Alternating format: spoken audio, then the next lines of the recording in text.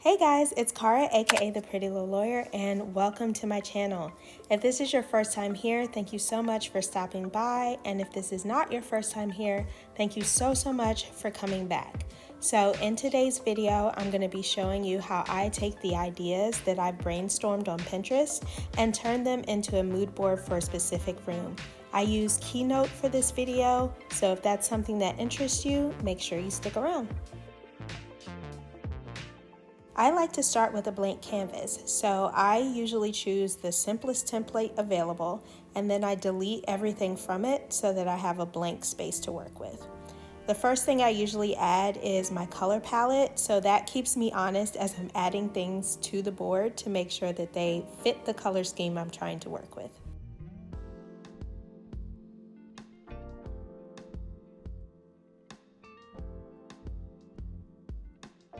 I'm creating this mood board for my dining room, so if you haven't seen my latest video on how I plan to decorate the dining room, be sure to check that out. I'll put that in the cards above. So if you watched my video last week, you know that I'm interested in having kind of a built-in look in the dining room. I found this modular cabinet on our house and it gives me the vibe that I'm looking for. I also loved the modular element because I could see how two cabinets looked side by side. Once you find an image that you want to use, you're going to copy that image and then go back to Keynote and paste it. Now you have the option to remove the background. In the upper right hand corner, you will see image and then click remove background and click and hold the image to remove the background. As you're holding your mouse down, you can move it around and you'll see exactly what part of the photo or what part of the background is being removed before you click. You can continue to click small areas and remove as much or as little as you need. You can also see if you're inadvertently removing pieces of the actual item or the subject of the photo that you need before you click. Once you finish removing as much of the background as possible, you just click done. I duplicated this item because I'm going to have these built-ins on either side of the photo, and I didn't want to have to go through the process of removing the background again. As you add certain elements to the mood board, you may want to bring things to the front or send things to the back. You can do that by clicking arrange in the upper right corner and then click send to back or bring to front.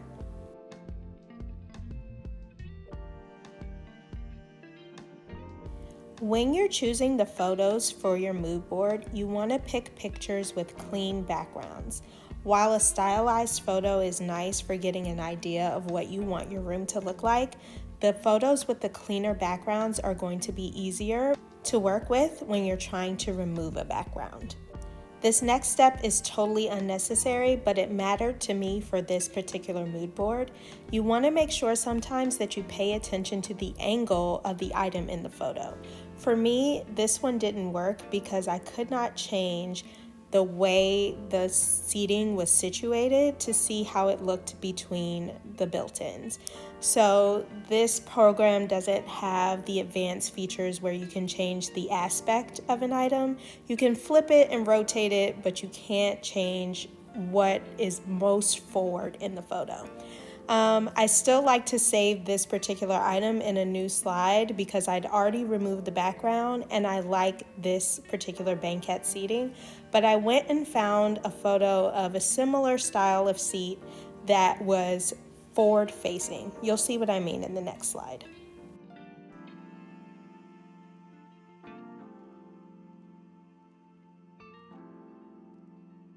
Keep in mind that mood boards do not need to be a perfect rendering of your room. It's really just to give you an idea of the color scheme and the types of furniture that you want to include. It doesn't have to be perfect.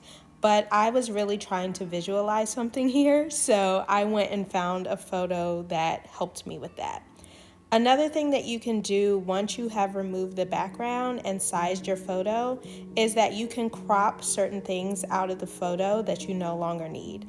For me, I wanted to remove the bottom of this chair, so I just double clicked on the photo and then I was able to crop that black bar out of the photo.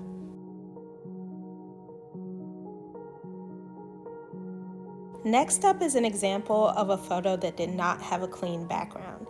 It took me more than 20 minutes to remove the background from this photo. So using photos with a clean background is absolutely pivotal to saving you time. But it's not impossible to remove a background. So just choose the cleanest one possible and work from there.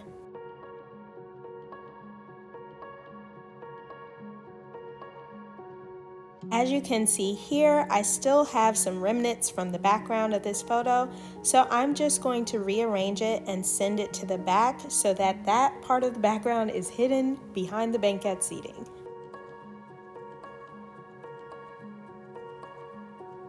Now that you got the gist, I'm just going to add a few more items to finish out this room.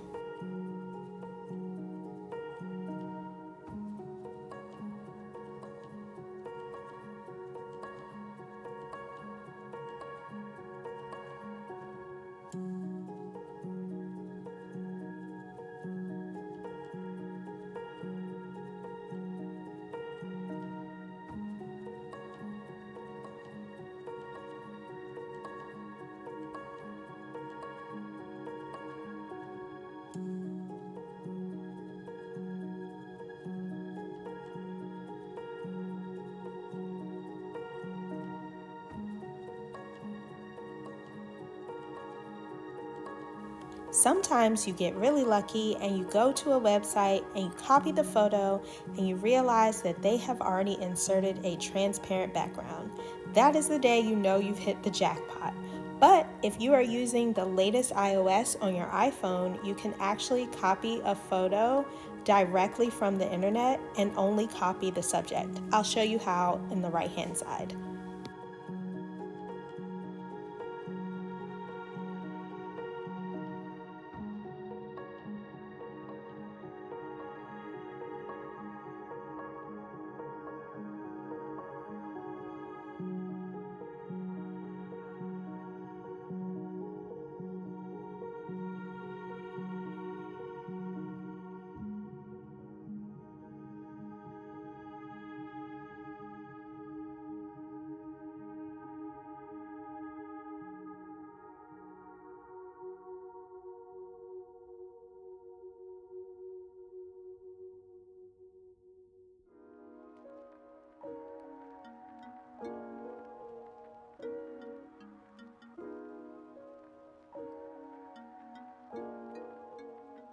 Finally, removing a background that is the same color as your item can be pretty difficult, but it can be done. You just have to be a little bit more delicate as you're removing the background. All right, guys, that's it for this week. Thank you so much for hanging out with me. I hope this video was helpful and that you learned some tips and tricks on how to make your mood board. If you are interested in seeing how this mood board comes to life, make sure you are subscribed to my channel and you've hit that little notification bell so you don't miss any steps in this journey towards creating my dream dining room. And I will see you next week.